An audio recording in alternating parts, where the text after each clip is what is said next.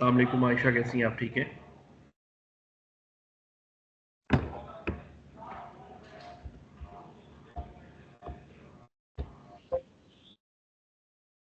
Hello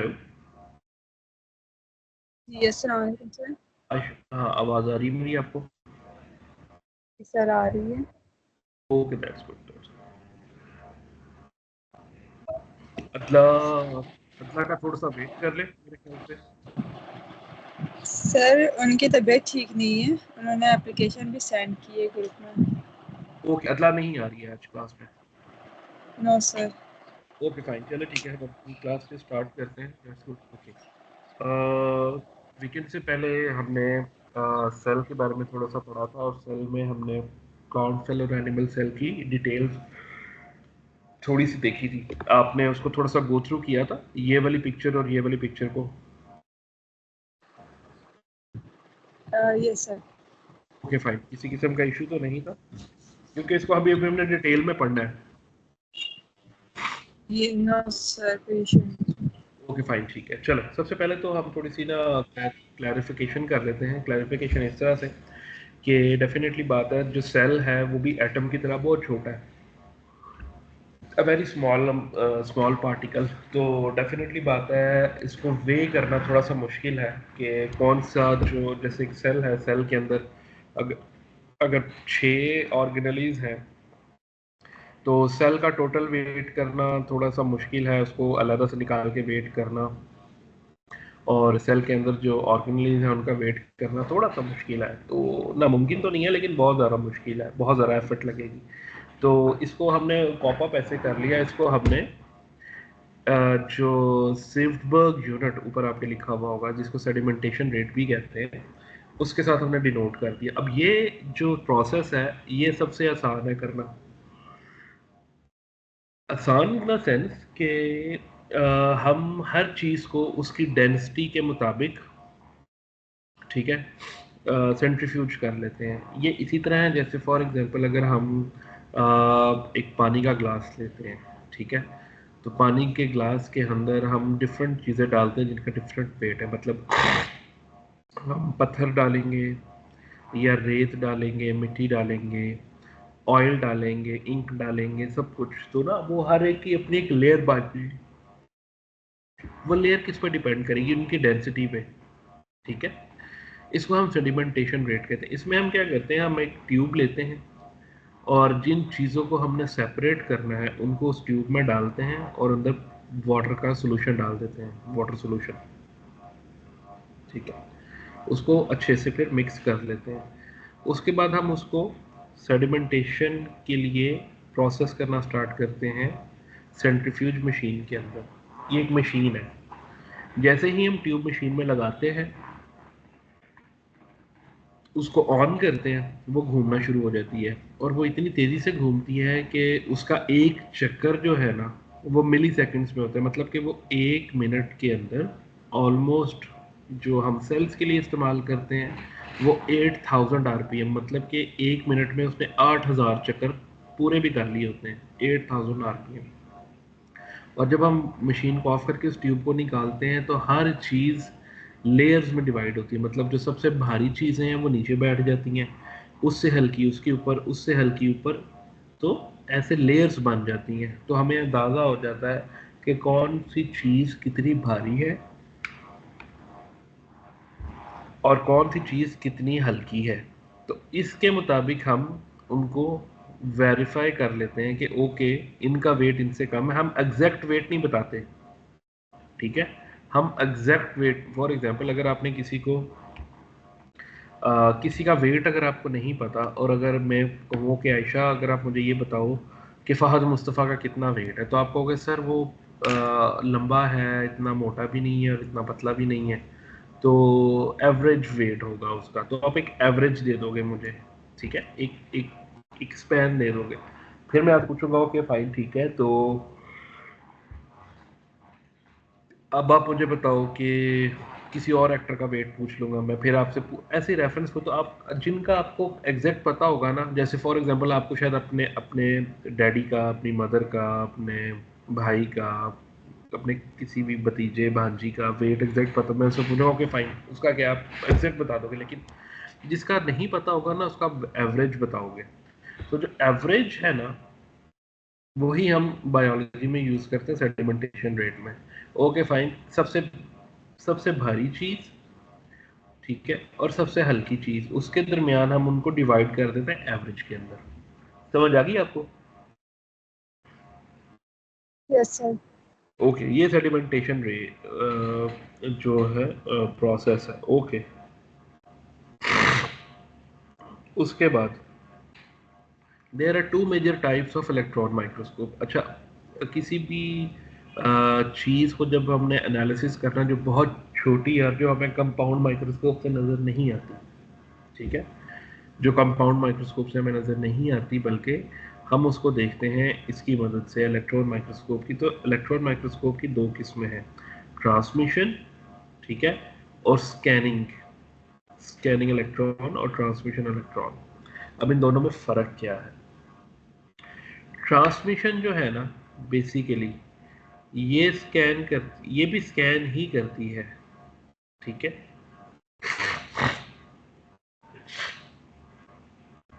transmission आपको ये बताती है कि चीज़ की डायमेंशन क्या है। फॉर एग्जांपल, अगर आप छत पे खड़े हो, ठीक है, और छत पे खड़े हो और आपसे तकरीबन कोई 200 फुट दूर एक गाड़ी खड़ी है, तो मैं आपको पूछूंगा ओके आयशा, मैं पीछे बैठा हूँ या लेटा हूँ या कुछ भी है, मैं देख नहीं पा रहा, तो मैं कहता हूँ कि आयशा मुझे बताओ कि वहाँ पे वो जो दूर गाड़ी खड़ी है वो कौन सी है। तो आप क्या करोगे, आप उसको देखोगे और मुझे कहोगे सर वो गाड़ी नहीं है, वो बस है, ठीक है। और वो बस जो है वो तकरीबन बड़ी वाली बस है जिसमें ऑलमोस्ट 60 लोग बैठते हैं, ठीक है, बड़ी बस है, और उसका कलर जो है वो रेड है, और वो दरख्त के नीचे खड़ी हुई है। तो आपने मुझे बस की डिटेल्स बताई, क्योंकि आपको उसका सरकमफेयर आप ये बता सके कि ओके बस कहाँ खड़ी है, बस के पास कौन कौन सी चीज़ें हैं, बस का कलर क्या है और बस की शेप क्या है, और आपके अंदाजे के मुताबिक उस पर 60 लोग बैठ सकते हैं। यही काम ट्रांसमिशन इलेक्ट्रॉन माइक्रोस्कोप करती है कि जिस चीज़ को हमने देखना है कि उसका साइज़ कितना है, उसका कलर क्या है, और उसकी डायमेंशन क्या है, मतलब कि वो सेम इसी साइज़ में रहेगी या अपनी शक्ल बदल के साइज़ ऊपर नीचे हो जाता है। ये ट्रांसमिशन इलेक्ट्रॉन माइक्रोस्कोप करती है। जब हम स्कैनिंग इलेक्ट्रॉन माइक्रोस्कोप की बात करते हैं, तो स्कैनिंग इलेक्ट्रॉन माइक्रोस्कोप क्या करती है, ये आपको बताती है डिटेल। अब मैं आपको कहता हूँ okay Ayesha, well and good, that's good, आपने बहुत अच्छा बताया मुझे। Now let us talk about the detail of the bus, के how many passengers are there in the bus, or is it a driver in the bus or the conductor in the bus or not, and let me know if the bus is running on the engine and or the engine is off। अब आपसे मैंने 5-6 सवाल इकट्ठे पूछ लिए। बस चल रही है कि नहीं चल रही, मतलब इंजन उसका ऑन है कि नहीं, उसका ड्राइवर बैठा है कि नहीं, उसमें कंडक्टर है कि नहीं, उसकी कितनी सीटें फिल्ड हैं, कितने उसमें लोग हैं, ठीक है। अब ये डिटेल्स आप अपनी आंख से नहीं देख सकते, ठीक है। अब आप यूज़ करोगे दूरबीन।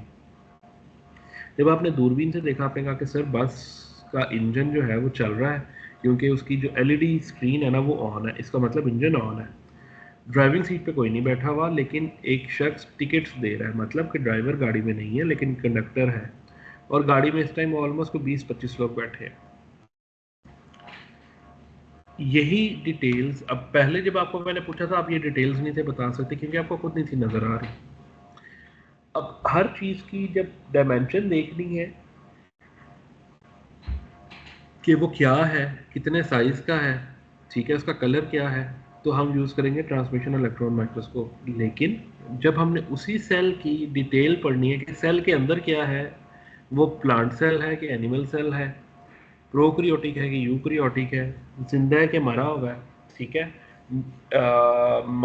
मियोसिस उसके अंदर होगी या माइटोसिस होगी, सेल डिवीजन। तो जब इन चीज़ों को हमने पढ़ना होगा, तो हम क्या करेंगे, हम स्कैनिंग इलेक्ट्रॉन माइक्रोस्कोप इस्तेमाल करेंगे जो कि उसको अंदर से स्कैन करेगी, ठीक है।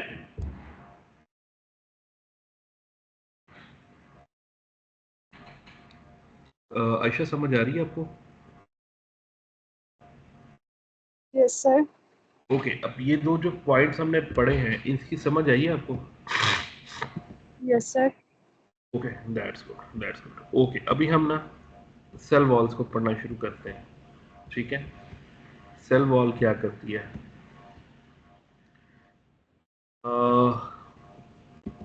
सेल क्लास है कि अदला? कल तो संडे था सर। नहीं, कल कल की बात करूँ, ट्यूसडे को। अरे ट्यूसडे को पता नहीं सर। ओके, मतलब कि ज़्यादा बीमार तो नहीं है? छुट्टी उसने एक दिन की ली है? मुझे गौर से इसकी एप्लीकेशन रीड करनी है। मैंने बस थोड़ा सा रीड किया जिसमें लिखा था कि she is not feeling well. Okay fine, चलो चलो ठीक है, कर लेते हैं। ओके, सेल वॉल को पढ़ना शुरू करते हैं। अच्छा, मैंने आपको ये बताया था क्योंकि हमने कुछ पॉइंट्स याद किए थे कि क्योंकि एनिमल्स जो हैं वो मूव करते हैं, ग्रो करते हैं, और जहाँ पे उनका खाना होता है वहाँ पे जा सकते हैं। ठीक है, अपने आप को सर्दी से, गर्मी से, बारिश से, धूप से, छाँव में चले जाते हैं। ठीक है, बचा लेते हैं। तो उनको सेल मेम्ब्रेन की ज़रूरत थी, तो सेल मेम्ब्रेन उनके पास है। अब प्लांट्स के पास भी सेल मेम्ब्रेन होती है, लेकिन सेल मेम्ब्रेन के ऊपर एक और कवरिंग खुदा ने उनको दी है, that is called the cell wall. ठीक है, अब जो सेल वॉल है, अब इसका काम क्या है? सबसे पहले हम ये देख लेते हैं कि basically what is cell wall. Cell wall एक तो सबसे पहले देती है प्रोटेक्शन, और ये अंदर से बाहर की तरफ ग्रो करती है। जो सबसे नीचे वाली लेयर है, जो सबसे पहली लेयर है, वो बहुत ज़्यादा जिंदा होती है, बहुत अलाइव होती है। और जो सबसे आउटर होती है ना, वो डेड होती है। जैसे दरख्तों की छाल है, आप दरख्तों के ऊपर से छाल उतार देते हो, कवर उतार देते हो, लेकिन उससे प्लांट को कोई फ़र्क नहीं पड़ता। क्यों? क्योंकि जो आउटर मोस्ट सेल वॉल की लेयर है, that is dead, and that layer meant to protect the plant. ठीक है, अब इसकी दो टाइप्स हैं सेल वॉल की, एक प्राइमरी, ये लिखा हुआ जैसे, और एक सेकेंडरी। ठीक है, प्राइमरी और सेकेंडरी में फर्क क्या होता है? ठीक है, प्राइमरी वो है जो सबसे नीचे से शुरू होती है, जिससे न्यू सेल्स होते हैं, और आहिस्ता आहिस्ता जाते जाते जाते ऊपर। अब फॉर एग्जांपल हम इसको इस तरह ले लेते हैं कि एक एक हमने रखा, टिश्यू रखा। ठीक है, उसके ऊपर दूसरा टिश्यू, तीसरा टिश्यू, ऐसे हमने फोल्ड करके टिश्यूज की एक बहुत बड़ी लेयर बना ली। कोई 50-60 टिश्यू हमने रख लिए। ठीक है, और उसके बाद आपको पता है टिश्यू बहुत जल्दी चीज़ों को एब्जॉर्ब करता है। तो उसके बाद क्या हुआ? उसके बाद हमने एक इंक, हमने एक ड्रॉपर दिया, उसमें इंक डाली। ठीक है, तो इंक जब हमने डाली तो इंक को हमने सबसे नीचे वाली जो टिश्यू था उसको लगाया। तो वो इंक आहिस्ता आहिस्ता कहाँ ट्रेवल करेगी? साइडों पे कि ऊपर की तरफ? सर दोनों तरफ करती है ना, साइड्स पर ज़्यादा करती है ट्रैवल। हेलो आयशा। सर मेरी आवाज़ आ रही है?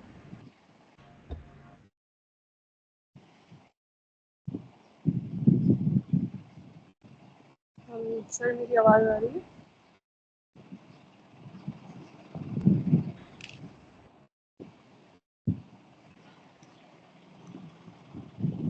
सर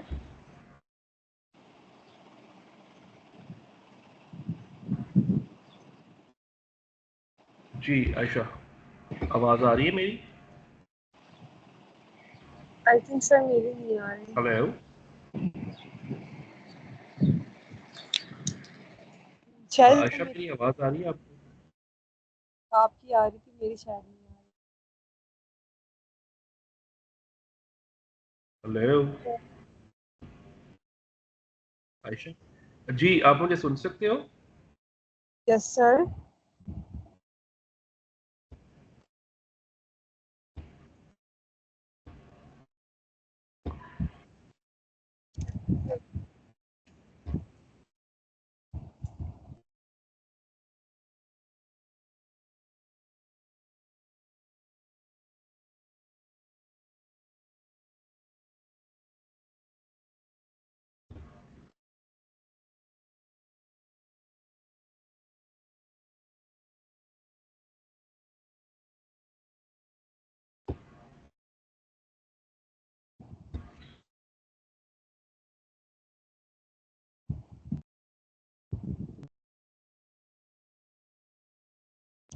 सर मेरी आवाज आपको आ रही है?